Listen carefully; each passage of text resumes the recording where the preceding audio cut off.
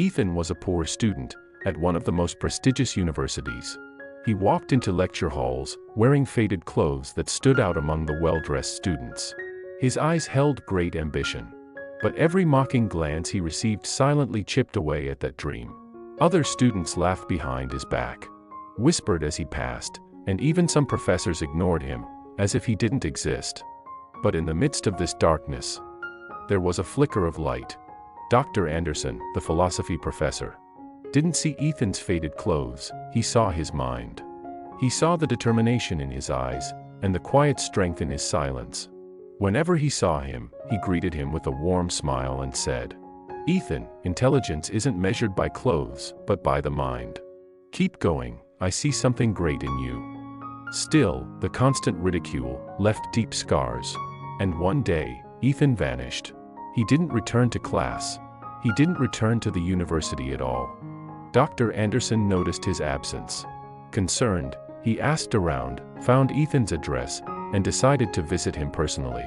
After searching, he found Ethan in a small shop in a modest neighborhood, working hard to support his mother. He sat beside him. No lectures, no questions, just a gentle hand on the shoulder, and quiet words. "I didn't come here to convince you to return to university. I came to remind you who you are. You are not just a student, you are the beginning of something extraordinary. And your presence gives the university its true worth." Ethan was deeply moved. Something within him stirred. He returned to the university, not as the same boy, but as a transformed young man. With a stronger heart, unshakable determination, and a clear focus on what truly mattered. He no longer paid attention to the whispers and stares. He focused on learning. He studied hard, persevered, and graduated with distinction. He took modest jobs, and learned from every challenge. He worked by day, and studied by night. Step by step, he rose through the ranks.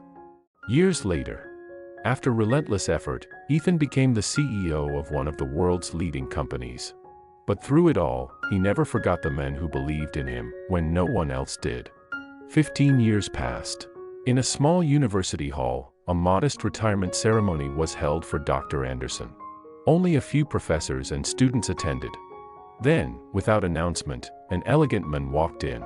His presence commanded attention. He moved through the hall confidently, leaving everyone in quiet admiration and wonder. He stood before Dr. Anderson and said, "I'm Ethan, the invisible student, until you saw me. I was a worn-out dream, but you believed in me. And here I stand, because you saw something in me."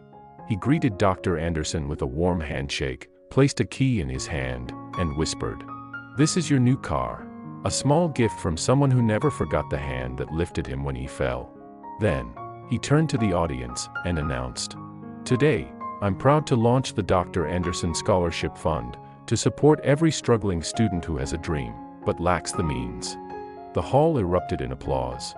Tears filled Dr. Anderson's eyes.